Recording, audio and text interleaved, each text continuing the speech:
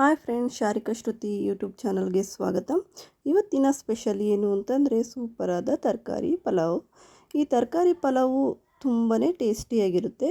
ಇದು ಮಾಡೋದು ಹೇಗೆ ಅಂತ ನೋಡೋಕ್ಕಿಂತ ಮುಂಚೆ ಇನ್ನೂ ನಮ್ಮ ಚಾನಲ್ಗೆ ಯಾರಿನ್ನೂ ಸಬ್ಸ್ಕ್ರೈಬ್ ಆಗಿಲ್ಲ ಅವರು ಸಬ್ಸ್ಕ್ರೈಬ್ ಆಗಿ, ಹಾಗೆ ನೋಟಿಫಿಕೇಷನ್ಗಾಗಿ ಬೆಲ್ ಐಕನನ್ನು ಪ್ರೆಸ್ ಮಾಡಿ. ಇಲ್ಲಿ ನಾನು ತರಕಾರಿ ಪಲಾವ್ಗೆ ಬೇಕಾಗಿರುವಂಥ ಇಂಗ್ರೀಡಿಯೆಂಟ್ಸ್ ಏನು ಅಂತ ನೋಡೋಣ. ಇಲ್ಲಿ ನಾನು ಒಂದು ಸ್ಟಾರ್ ಹೂವನ್ನು ತೊಗೊಂಡಿದ್ದೀನಿ, ಒಂದು 4-5 ಕಾಳು ಮೆಣಸು, ಇನ್ನು 4 ಏಲಕ್ಕಿ ಲವಂಗವನ್ನು ತಗೊಂಡಿದ್ದೀನಿ, ಇನ್ನು 3 ಏಲಕ್ಕಿ, ಒಂದು 4-5 ಚಕ್ಕೆ, ದಾಲ್ಚಿನ್ನಿ ಅಂತ ಹೇಳ್ತಾರಲ್ಲ ಅದು, ಮತ್ತು ನಾನಿಲ್ಲಿ 2 ಪಲಾವ್ ಎಲೆಯನ್ನು ತೊಗೊಂಡಿದ್ದೀನಿ. ಇದಕ್ಕೆ ಇನ್ನೂ ನೀವು ಬೇಕಾದರೆ ಎಕ್ಸ್ಟ್ರಾ ಕಲ್ಲು ಹೂವು ಮತ್ತು ದಪ್ಪ ಏಲಕ್ಕಿ ಅಂದರೆ ಬಡಿ ಏಲಕ್ಕಿ ಅಂತಾರಲ್ಲ ಅದು ಇನ್ನೂ ಕೂಡ ಸೇರಿಸ್ಕೋಬೋದು. ಮರಾಠಿ ಮಗ್ಗು ಅವನು ಕೂಡ ಸೇರಿಸ್ಕೋಬೋದು. ನೆಕ್ಸ್ಟು ಇಲ್ಲಿ ನಾನು ಒಗ್ಗರಣೆಗೆ ಒಂದು ದಪ್ಪ ಸೈಜಿನ ಈರುಳ್ಳಿಯನ್ನು ಈ ರೀತಿಯಾಗಿ ಸ್ಲೈಸಾಗಿ ಕಟ್ ಮಾಡಿ ಇಟ್ಕೊಂಡಿದ್ದೀನಿ. ಮತ್ತು ನಾನು ಸ್ಲೈಸಾಗಿ ಕಟ್ ಮಾಡಿದ್ದೀನಿ, ನೀವು ನೋಡ್ಬೋದು, ಉದ್ದುದ್ದ ಕಟ್ ಮಾಡಿದ್ದೀನಿ. ಮತ್ತು ನಾನು 1 ಟೊಮೆಟೊ ಹಣ್ಣನ್ನು ತೊಗೊಂಡಿದ್ದೀನಿ. ಮತ್ತು ಇಲ್ಲಿ ನೆಕ್ಸ್ಟು ಪುದೀನವನ್ನು ತಗೊಂಡಿದ್ದೀನಿ, ಫ್ರೆಶ್ ಆಗಿ ಸಿಕ್ಕಿದಂಥ ಪುದೀನ. ಮತ್ತು ಇಲ್ಲಿ ನಾನು ಮೆಣಸಿನ್ಕಾಯಿಯನ್ನು ತೊಗೊಂಡಿದ್ದೀನಿ, ಒಂದು 5-6 ಮೆಣಸಿನ್ಕಾಯಿಯನ್ನು ನಾನು ಮುರಿದಿಟ್ಕೊಂಡಿದ್ದೀನಿ ಮಧ್ಯಕ್ಕೆ. ಯಾಕೆ ಅಂದರೆ ಸೀಳ್ಬಿಟ್ರೆ ಏನಾಗುತ್ತೆ, ಜಾಸ್ತಿ ಖಾರ ಬಿಡುತ್ತೆ ಅಂತ. ಮತ್ತು ಇಲ್ಲಿ ಕೊತ್ತಂಬರಿ ಸೊಪ್ಪನ್ನು ತೊಗೊಂಡಿದ್ದೀನಿ. ಇಷ್ಟು ಕ್ವಾಂಟಿಟಿಗೆ ಬೇಕಾಗಿರೋಷ್ಟು ನಾನು ತೊಗೊಂಡಿದ್ದೀನಿ. ನೀವು ಇನ್ನೂ ಸ್ವಲ್ಪ ಬೇಕಾದರೆ ಆ್ಯಡ್ ಮಾಡ್ಕೋಬೋದು. ನೆಕ್ಸ್ಟು ನಾನಿಲ್ಲಿ ಬದನೆಕಾಯಿ, ಆಲೂಗೆಡ್ಡೆ, ಬೀನ್ಸು ಮತ್ತು ಕ್ಯಾರೆಟು ಇವನ್ನೆಲ್ಲ ಕೂಡ ಚೆನ್ನಾಗಿ ತೊಳೆದು ಈ ರೀತಿಯಾಗಿ ಸಣ್ಣಕ್ಕೆ ಹೆಚ್ಚಿ ಮಾಡಿಕೊಂಡಿದ್ದೀನಿ. ಮತ್ತು ನಾನು ಬಟಾಣಿನ ಕೂಡ ನಾನು ಓವರ್ನೈಟ್ ನೆನೆನೇ ನೆನೆಹಾಕಿದ್ದೆ. ನೀವು ಕೂಡ ನೆನೆಹಾಕಿ ಬಳಸ್ಬೋದು. ಒಣ ಬಟಾಣಿ ಇತ್ತು, ಅದರಿಂದ ನಾನು ಒಣ ಕಾಳನ್ನು ಬಳಸಿದ್ದೀನಿ. ನಿಮಗೆ ಹಸಿದು ಬಟಾಣಿ ಕಾಳು ಸಿಕ್ಕಿದರೆ ಅದು ಇನ್ನೂ ಬೆಸ್ಟಾಗಿರುತ್ತೆ, ಬಳಸ್ಬೋದು. ಮತ್ತು ಫ್ರೀಸನ್ ಬಟಾಣಿನೂ ಕೂಡ ಬಳಸ್ಬೋದು. ನನಗೆ ಎಲ್ಲ ತರಕಾರಿನೂ ಕೂಡ ಹೆಚ್ಚಿಬಿಟ್ಟು ಒಂದು ಬಟ್ಲಿಗೆ ನೀರು ಹಾಕಿಟ್ಕೊಂಡಿದ್ದೀನಿ. ನೀವು ಕೂಡ ಹೀಗೆ ಇಟ್ಕೋಬೇಕಾಗುತ್ತೆ, ನೀರಿಗೆ ಹಾಕ್ಕೊಂಡು. ನೆಕ್ಸ್ಟು ನಾನಿಲ್ಲಿ ಶುಂಠಿ ಬೆಳ್ಳುಳ್ಳಿ ಪೇಸ್ಟನ್ನು ಮಾಡ್ಕೊಂಡು ಇಟ್ಕೊಂಡಿದ್ದೀನಿ. ಈ ಶುಂಠಿ ಬೆಳ್ಳುಳ್ಳಿ ಪೇಸ್ಟನ್ನು ಮಾಡೋದಕ್ಕೆ 3/4 ಇಂಚಷ್ಟು ಶುಂಠಿ, ಮತ್ತು ನಾನಿಲ್ಲಿ ಒಂದು 3 ಬೆಳ್ಳುಳ್ಳಿಯನ್ನು ಯೂಸ್ ಮಾಡಿದ್ದೀನಿ, ನಾಟಿ ಬೆಳ್ಳುಳ್ಳಿಯನ್ನು ಯೂಸ್ ಮಾಡಿದ್ದೀನಿ. ನೀವು ಬೇಕಿದ್ರೆ ನಿಮ್ಮ ಮನೇಲಿರೋ ಫಾರಂ ಬೆಳ್ಳುಳ್ಳಿನೂ ಕೂಡ ಯೂಸ್ ಮಾಡ್ಬೋದು. ನಾಟಿ ಬೆಳ್ಳುಳ್ಳಿ ಅಂದರೆ ತುಂಬ ಟೇಸ್ಟಿಯಾಗಿರುತ್ತೆ, ಅದಕ್ಕಾಗಿ.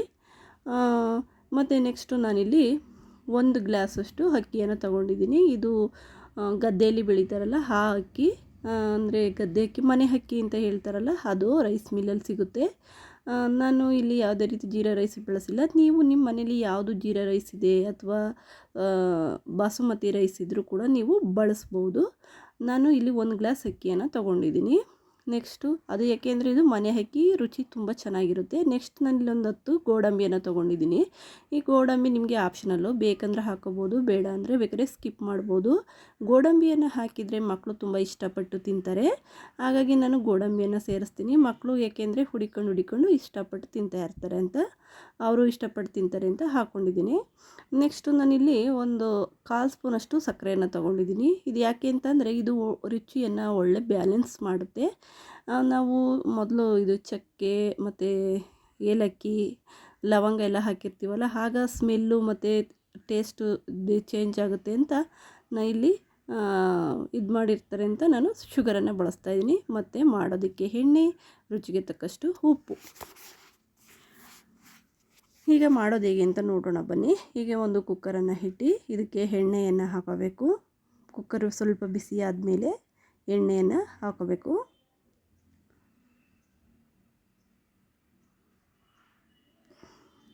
ಈ ಎಣ್ಣೆ ಎಲ್ಲ ಇನ್ನೂ ಸ್ವಲ್ಪ ಬಿಸಿ ಆಗಬೇಕು. ಎಣ್ಣೆ ಬಿಸಿ ಆದಮೇಲೆ ನಾವು ಇಟ್ಕೊಂಡಿದ್ವಲ್ಲ ಮೊದಲೇ ಸ್ಪೈಸಸ್ಸು, ಆ ಸ್ಪೈಸಸ್ಗಳನ್ನು ಹಾಕಬೇಕು. ನೋಡಿ, ಇಲ್ಲಿ ನಾನು ತೋರಿಸ್ತಾ ಇದ್ದೀನಿ ಇನ್ನೊಂದು ಸಲ. ಈಗ ಸ್ಪೈಸಸ್ಗಳನ್ನ ಹಾಕ್ಕೊಂಡು ಇವು ಗೋಲ್ಡನ್ ಬ್ರೌನ್ ಬರಬೇಕು, ಅಲ್ಲಿ ತನಕ ಸ್ವಲ್ಪ ಚೆನ್ನಾಗಿ ನಾವು ಇದನ್ನು ಫ್ರೈ ಮಾಡ್ಕೋಬೇಕಾಗುತ್ತೆ.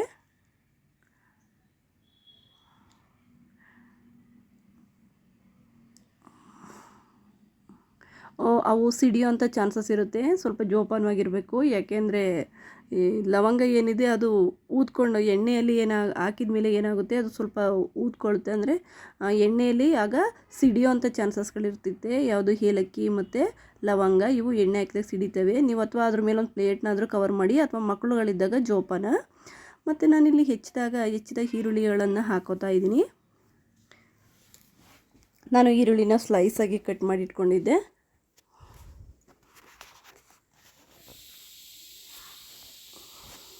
ಈಗ ಈ ಈರುಳ್ಳಿನೆಲ್ಲ ಚೆನ್ನಾಗಿ ಬಾಡಿಸ್ಬೇಕು.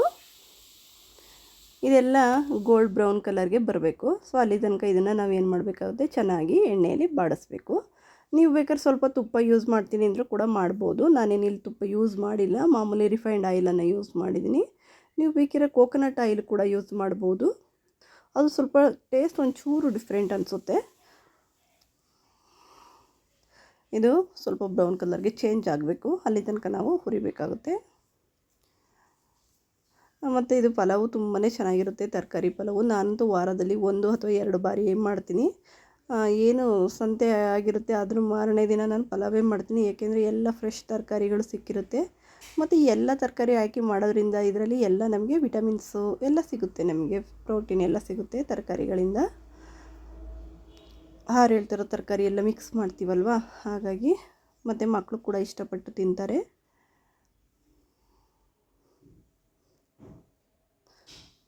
ಓಕೆ, ಈಗ ನಾನು ಇದಕ್ಕೆ ಸ್ವಲ್ಪ ಬ್ರೌನ್ ಆದಮೇಲೆ ನಾನು ಇದಕ್ಕೆ ಗೋಡಂಬಿಯನ್ನು ಆ್ಯಡ್ ಮಾಡ್ಕೋತಾ ಇದ್ದೀನಿ. ಗೋಡಂಬಿ ಕೂಡ ಬ್ರೌನ್ ಕಲರ್ ಬರಬೇಕು, ಗೋಲ್ಡ್ ಬ್ರೌನ್ ಕಲರ್ಗೆ.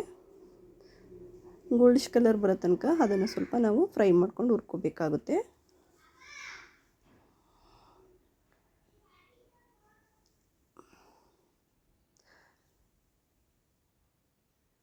ಆಫೀಸಿಗೆ ಲಂಚ್ ಬಾಕ್ಸ್ ಕೊಟ್ಕೊಳ್ಸೋದಕ್ಕೆ, ಮತ್ತು ಮಕ್ಕಳಿಗೆ ಬಾಕ್ಸಿಗೆ ಹಾಕಿ ಮಧ್ಯಾಹ್ನ ಲಂಚಿಗೆ ಕೊಟ್ಕೊಳ್ಸೋದಕ್ಕೆಲ್ಲ ಬೆಸ್ಟ್ ರೆಸಿಪಿ ಅಂತ ಹೇಳ್ಬೋದು.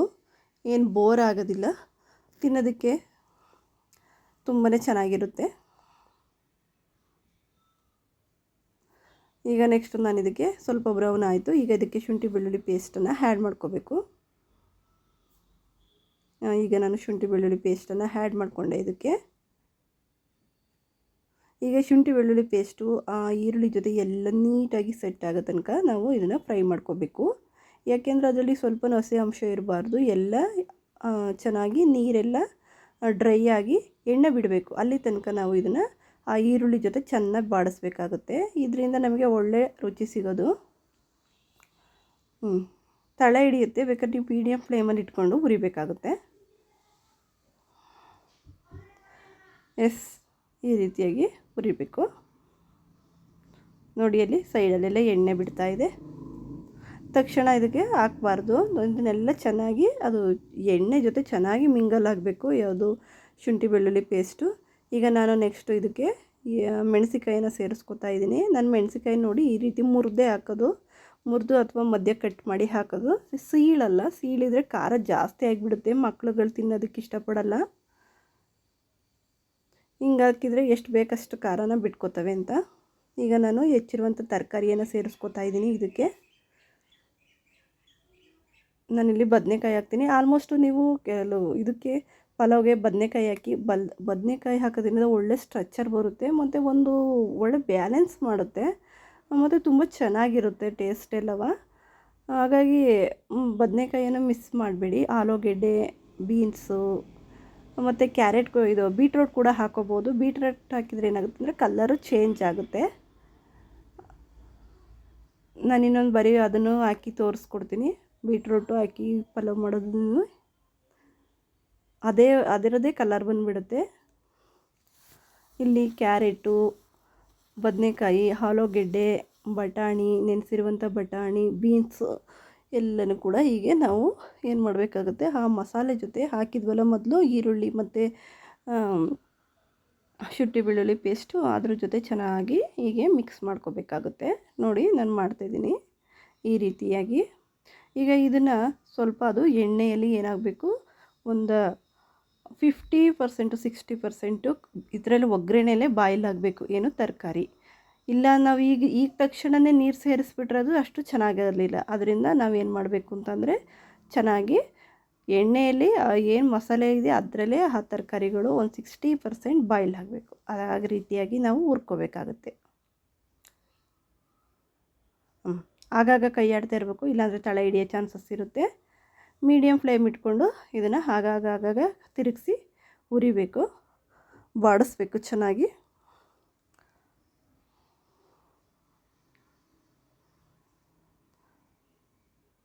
ತರಕಾರಿ ಪಲಾವ್ ಅಂತೂ ನನಗಂತೂ ತುಂಬ ಫೇವ್ರೇಟು. ನಿಮಗೆ ಯಾರ್ಯಾರು ಫೇವ್ರೇಟ್ ಇದೆ ಅವರು ಕಾಮೆಂಟ್ ಮಾಡಿ. ಈಗ ನಾನು ಇದಕ್ಕೆ ಇಮಿಡಿಯೇಟಿಗೆ ಏನಾಗ್ತೀನಿ ಅಂದರೆ ಅದರಿಂದನೇ ಉಪ್ಪು ಹಾಕ್ತೀನಿ. ಉಪ್ಪು ಹಾಕೋದ್ರಿಂದ ಏನಾಗುತ್ತೆ, ತರಕಾರಿಗಳು ಬೇಗ ಬಾಡ್ತವೆ.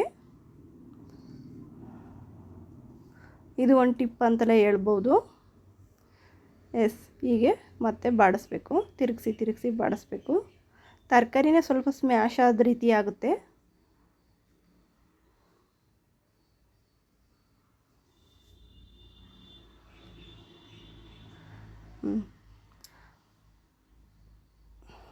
ನಾನು ವಾರದಲ್ಲಿ 2 ಬಾರಿ 3 ಬಾರಿ ಕೂಡ ಮಾಡ್ತೀನಿ, ಯಾಕಂದರೆ ನನಗೆ ಪಲಾವ್ ಅಂದರೆ ತುಂಬಾ ಇಷ್ಟ.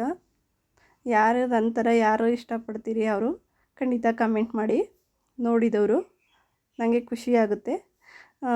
ಮತ್ತು ಈ ಒಂದು ರೆಸಿಪಿಯನ್ನು ನೀವು ಹೊರಗಡೆ ಔಟ್ಸೈಡ್ ಹೋಗೋದಿದ್ರೆ ಕೂಡ ಮಾಡ್ಕೊಂಡು ತೊಗೊಂಡೋಗ್ಬೋದು, ಅಥವಾ ದೇವಸ್ಥಾನ ಈ ರೀತಿಯಾಗಿ ಹೋಗೋದಿದ್ರೆ, ಅಥವಾ ಔಟ್ಸೈಡು ಎಲ್ಲಾದರೂ ಹೋಗಬೇಕು ಅನ್ನೋದಿದ್ರೆ, ಟ್ರೈನಿಗೆ ಹೋಗೋದಿದ್ರೆ ಇದನ್ನು ಮಾಡಿಕೊಂಡು ಬಾಕ್ಸಿಗೆ ಹಾಕ್ಕೊಂಡು ಹೋಗೋದ್ರಿಂದ ನೀವು ಆರಾಮಾಗಿ ಹೊರಗಡೆನೂ ಕೂಡ ತಿನ್ಬೋದು. ಏಕೆಂದರೆ ಬೆಸ್ಟ್ ರೆಸಿಪಿ ಹೊರಗಡೆ ಮಾಡ್ಕೊಂಡು ತಗೊಂಡೋಗೋದಕ್ಕೆ.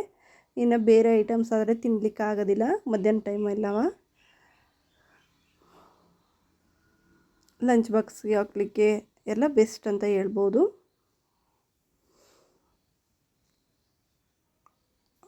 ಹೀಗೆ ಹುರ್ಕೋಬೇಕಾಗುತ್ತೆ. ಯಾಕೆಂದರೆ ಮಕ್ಕಳಿಗೆಲ್ಲ ಮಾಡಿಕೊಡಿ, ಯಾಕೆಂದರೆ ಇದರಲ್ಲಿ ಎಲ್ಲ ವಿಟಮಿನ್ಸು ಮತ್ತು ಪೋಷಕಾಂಶಗಳು ಕೂಡ ಸಿಗುತ್ತೆ ಮಕ್ಕಳಿಗೆ ಬೇಕಾದಂಥದ್ದು. ಏಕೆಂದರೆ ಎಲ್ಲ ತರಕಾರಿ ಮಿಕ್ಸ್ ಮಾಡೋದ್ರಿಂದ ಹೀಗೆ ಬಾಡಿಸ್ಕೋಬೇಕಾಗುತ್ತೆ. ನೆಕ್ಸ್ಟು ನಾನು ಇದಕ್ಕೆ ಟೊಮೆಟೊ ಹಣ್ಣನ್ನು ಆ್ಯಡ್ ಮಾಡ್ಕೋತಾ ಇದ್ದೀನಿ. ಅದು ಸ್ವಲ್ಪ ಬಾಯ್ಲ್ ಆದಮೇಲೆ ಮಾಡ್ಕೋಬೇಕು. ಮತ್ತು ಇಲ್ಲಿ ಪುದೀನ ಸೊಪ್ಪನ್ನು ಹಾಕೋತಾ ಇದ್ದೀನಿ. ಪುದೀನ ಸೊಪ್ಪು ತುಂಬ ಫ್ರೆಶ್ ಆಗಿತ್ತು. ಈಗ ಅದು ಸ್ವಲ್ಪ ಕರಗಬೇಕು, ಟೊಮೆಟೊ ಹಣ್ಣೆಲ್ಲ ಮೆತ್ತಗಾಗಬೇಕು. ಅಷ್ಟ ತನಕ ನಾವು ಇದನ್ನು ಕೈ ಆಡ್ಕೋಬೇಕಾಗುತ್ತೆ ಈ ರೀತಿಯಾಗಿ.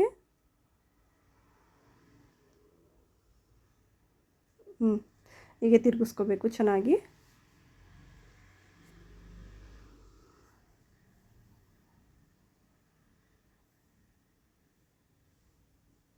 ಹೀಗೆ ತಿರುಗಿಸ್ಕೊಂಡು ನಾವು ಚೆನ್ನಾಗಿ ಬೇಯಿಸ್ಕೋಬೇಕಾಗುತ್ತೆ.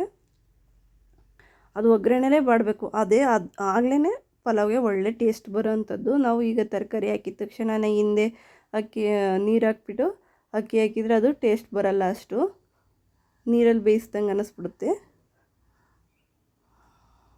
ಇದೇ ರೀತಿಯಾಗಿ ಮಾಡಬೇಕು ನೋಡಿರಿ. ಅದಕ್ಕೆ ನಾನು ಸ್ಟೆಪ್ ಬೈ ಸ್ಟೆಪ್ ನೀಟಾಗಿ ತೋರಿಸ್ಕೊಡ್ತಾ ಇದ್ದೀನಿ, ಯಾಕೆಂದರೆ ಬಿಗಿನರ್ಸ್ ಕೂಡ ಆರಾಮಾಗಿ ಮಾಡ್ಬೋದು. ಮತ್ತು ಯಾರು ಪಲಾವ್ ಮಾಡಿದರೂ ಕೂಡ ಟೇಸ್ಟ್ ಬರೋದಿಲ್ಲ ಅಂತ ಎಲ್ಲ ಹೇಳ್ತಾರೆ, ಅವರಿಗಾಗಿ ಇದನ್ನು ಮಾಡ್ಬೋದು. ನೆಕ್ಸ್ಟು ನಾನಿಲ್ಲಿ ಇದಕ್ಕೆ ನೀರನ್ನು ಹಾಕ್ಕೊಡ್ತಾ ಇದ್ದೀನಿ. 2 ಗ್ಲಾಸ್ ನೀರನ್ನು ಹಾಕ್ಕೊಂಡೆ.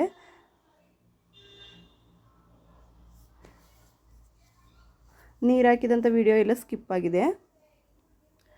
ಈಗ ನಾನು ನೀರನ್ನು ಸೇರಿಸ್ಕೊಂಡೆ. ಇದು ಚೆನ್ನಾಗಿ ಕುದಿಬೇಕು.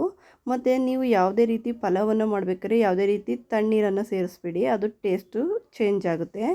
ಪಕ್ಕದಲ್ಲಿ ನೀವೇನು ಮಾಡಬೇಕು, 2 ಗ್ಲಾಸ್, ನೀವು ಎಷ್ಟು ಅಕ್ಕಿಯನ್ನು ತೊಗೊಂಡಿರ್ತೀರಿ, 1 ಗ್ಲಾಸ್ ಆದರೆ 1 ಗ್ಲಾಸು, ಅಥವಾ 1 ಗ್ಲಾಸ್ ಅಕ್ಕಿಗೆ 2 ಗ್ಲಾಸ್ ಮೆಜರ್ಮೆಂಟು ರೀತಿಯಲ್ಲಿ ನೀವು ನೀರನ್ನು ಕಾಯಿಸ್ಕೋಬೇಕಾಗುತ್ತೆ. ನಾನು ಈ ಕಡೆ ಪಕ್ಕ ಒಲೆಯಲ್ಲಿ ನೀರನ್ನು ಕಾಯೋಕ್ಕಿಟ್ಟಿದ್ದೆ ಮೊದಲೇ. ಅದು ಚೆನ್ನಾಗಿ ಕುದೀತಿತ್ತು ನೋಡಿ. ಈಗ ನಾನು ಹಾಕಿದ ತಕ್ಷಣ ಚೆನ್ನಾಗಿ ಕುದೀತಾ ಇದೆ. ಹೀಗೆ ನೀವು ಕುದಿಯೋ ನೀರನ್ನು ಹಾಕಬೇಕು.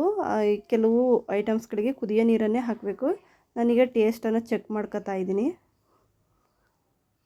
ನೀವು ಉಪ್ಪು ಖಾರವನ್ನು ಒಂದು ಸಲ ಚೆಕ್ ಮಾಡ್ಕೋಬೋದು. ನೀರನ್ನು ಹಾಕಿದ್ದು ಅಕ್ಕಿ ಹಾಕೋಕ್ಕಿಂತ ಮುಂಚೆನೇ ಚೆಕ್ ಮಾಡ್ಕೋಬೇಕು. ಈ ನೀರೆಲ್ಲ ಏನಾಗಬೇಕು ಅಂದರೆ ಒಳ್ಳೆ ರೀತಿಯಲ್ಲಿ ಕುದಿಬೇಕು, ಅಂದರೆ ಎಲ್ಲ ತರಕಾರಿಗಳ ಜೊತೆ ಮಿಕ್ಸ್ ಆಗಬೇಕು.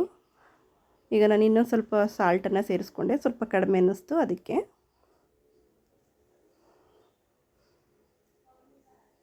ಈಗ ನೋಡಿ ನಾನಿಲ್ಲಿ ಸಕ್ಕರೆಯನ್ನು ಆ್ಯಡ್ ಮಾಡ್ಕೋತಾ ಇದ್ದೀನಿ. ಕೆಲವರು ಇದನ್ನು ಕೆಲವ್ರಿಗೆ ಗೊತ್ತಿಲ್ಲ, ಕೆಲವರು ಆ್ಯಡ್ ಮಾಡಲ್ಲ ಇದಕ್ಕೆ, ಯಾಕೆ ಅಂದರೆ ಅವ್ರಿಗೆ ಗೊತ್ತಿರೋದಿಲ್ಲ. ಯಾಕೆ ಇದು ಸಕ್ಕರೆ ಹಾಕ್ತಾರಾ ಅಂತ ಅನ್ಕೋತಾರೆ. ಸಕ್ಕರೆಯನ್ನು ಹಾಕಿದರೆ ಒಳ್ಳೆ ಟೇಸ್ಟ್ ಬರುತ್ತೆ. ಪಲಾವು ತುಂಬ ಟೇಸ್ಟಿಯಾಗಿರುತ್ತೆ. ಎಲ್ಲ ಬ್ಯಾಲೆನ್ಸ್ ಆಗುತ್ತೆ, ರುಚಿ ಬ್ಯಾಲೆನ್ಸ್ ಆಗುತ್ತೆ. ಸೊ ಹಂಗಾಗಿ ಇದನ್ನು ಹಾಕಬೇಕು, ಶುಗರನ್ನು ಸ್ವಲ್ಪ. ಮತ್ತು ನಾನು ಇದಕ್ಕೆ ಕೊತ್ತಂಬರಿ ಸೊಪ್ಪನ್ನು ಸೇರಿಸ್ಕೊತಾ ಇದ್ದೀನಿ. ಕೊತ್ತಂಬರಿ ಸೊಪ್ಪೆಲ್ಲ ಹಾಕ್ಕೊಂಡು ಈಗ ಚೆನ್ನಾಗಿ ಕುದಿಬೇಕು. ಇದು ಸೊಪ್ಪುಗಳು ಹಾಕಿದ್ವಲ್ಲ ನಾವು, ಪುದೀನ, ಕೊತ್ತಂಬರಿ ಸೊಪ್ಪು, ಇದೆಲ್ಲ ಚೆನ್ನಾಗಿ ಒಂದು ಸಲ ಚೆನ್ನಾಗಿ ಕುದಿಬೇಕು. ನೀರೆಲ್ಲ ಚೆನ್ನಾಗಿ ಕುದಿಸ್ಕೋಬೇಕಾಗುತ್ತೆ. ತರಕಾರಿ ಸ್ವಲ್ಪ ಬೆಂದ್ಕೋಬೇಕು. ನೆಕ್ಸ್ಟು ನಾನು ಇಲ್ಲಿ ತೊಗೊಂಡಿದ್ದಂಥ ಅಕ್ಕಿಯನ್ನು ಸೇರಿಸ್ತಾ ಇದ್ದೀನಿ. ಕುದ್ದಾದ್ಮೇಲೆ ನಾನಿಲ್ಲಿ 1 ಗ್ಲಾಸ್ ಅಕ್ಕಿಯನ್ನು ಹಾಕಿದ್ದೀನಿ. ನಾನು ಯಾವುದೇ ರೀತಿ ಅಕ್ಕಿಯನ್ನು ನೆನೆಸಿಟ್ಟಿರಲಿಲ್ಲ. ಕೆಲವೊಬ್ಬರು ನೆನೆಯೋಕೆ ಇಡ್ತಾರೆ, ನಾನೇನು ನೆನೆಸಿರಲಿಲ್ಲ. ತೊಳೆದ್ಬಿಟ್ಟು ಹಾಗೆ ಹಾಕ್ತಾಯಿದ್ದೀನಿ. ಈಗ ನೀವು ನೋಡಿ, ಇಲ್ಲಿ ಒಂದು ಕೆಲಸ ಮಾಡಬೇಕಾಗುತ್ತೆ. ಅದು ಏನಂತ ಅಂದರೆ, ಈಗ ಅಕ್ಕಿ ಹಾಕಿದ್ದೀವಲ್ಲ, ಇದನ್ನು ಹೇಗೆ ಬೇಕಾಗೆ ತಿರುಗಿಸ್ಬಾರ್ದು. ಏಕೆಂದರೆ ಅಕ್ಕಿ ನೆಂದಿರೋದ್ರಿಂದ, ಅಂದರೆ ತೊಳಿಬೇಕಾದ್ರೂ ನೆನೆಯುತ್ತಲ್ವ ಅಕ್ಕಿ, ನೆಂದಿರೋದ್ರಿಂದ ಏನಾಗುತ್ತೆ ಅಂದರೆ ಅಕ್ಕಿ ಮುರಿಯೋಂಥ ಚಾನ್ಸಸ್ಗಳು ಜಾಸ್ತಿ ಇರುತ್ತೆ. ಹಂಗಾದರೆ ಏನಾಗುತ್ತೆ, ರೈಸ್ ಎಲ್ಲ ಮುದ್ದೆ ಆದಂಗೆ ಆಗುತ್ತೆ. ಇಷ್ಟು ತಿರುಗಿಸ್ಬೇಕು, ಸೈಡಿಂದ ತಿರುಗಿಸ್ಬಿಟ್ಟು ಇದನ್ನು ಒಂದು ಕುದಿ ಹಾಗೆ ಬೇಯಬೇಕು. ಈಗಲೇ ಲಿಡ್ಡಕ್ಕೆ ಕ್ಲೋಸ್ ಮಾಡಿಬಿಟ್ರೆ ಏನಾಗುತ್ತೆ ಅಂದರೆ, ಆ ಅಕ್ಕಿ ತೊಳೆದಿರೋದಿನ ಅಕ್ಕಿ ಹಿಂಗಿರುತ್ತಲ್ಲ, ಹೋಗಿ ಎಲ್ಲ ತಳದಲ್ಲಿ ಕುತ್ಕೊಬಿಡುತ್ತೆ. ಮಸಾಲೆ ಏನಿರುತ್ತೋ ಅದು ಮೇಲೆ ಬಂದುಬಿಡುತ್ತೆ. ಸೊ ಹಂಗಾಗಿ ನೀವು ಇಲ್ಲಿ ನೋಡಿ, ಸ್ವಲ್ಪ ಇಲ್ಲಿ ಮಾಡಬೇಕಾದ್ರೆ ಇದನ್ನು ನೀವು ಫಾಲೋ ಮಾಡಬೇಕಾಗುತ್ತೆ. ಈಗ ನೋಡಿ, ಇಲ್ಲಿ ಒಂದು ಕುದಿ ಬರಬೇಕು. ಅಕ್ಕಿ ಒಂದು 60-70% ಬೆಂದ ಮೇಲೆ ನೀವು ಏನು ಮಾಡಬೇಕು, ಲಿಡ್ಡನ್ನು ಕ್ಲೋಸ್ ಮಾಡಬೇಕಾಗುತ್ತೆ. ಇಲ್ಲಾಂದರೆ ಅದೇ ಕೆಲವರು ಪಲಾವ್ ಮಾಡಿದಾಗೆಲ್ಲ ತಳ ಸೀದೋಗಿರುತ್ತೆ, ಮತ್ತು ತಳಗೆಲ್ಲ ವೈಟ್ ಕೂತಿರುತ್ತೆ ರೈಸು, ಮೇಲೆಲ್ಲ ಮಸಾಲೆ ಅಂಶ ಇರುತ್ತೆ. ನೋಡಿ, ಈ ರೀತಿಯಾಗಿ ಎಲ್ಲ ಸೆಟ್ ಆಗಬೇಕು. ನಾನು ನೋಡಿರೋಂತೆ ನಾನು ಮಾಡಿರೋ ಪಲಾವಲ್ಲಿ ಒಂದು ಸ್ವಲ್ಪನೂ ಕೂಡ ಅದು ತಳ ಹಿಡ್ದಿರಲ್ಲ, ಆ ರೀತಿಯಾಗಿ ಬರುತ್ತೆ. ಈ ಪ್ರೊಸೀಜರ್ನ ಫಾಲೋ ಮಾಡಿ ನೀವು.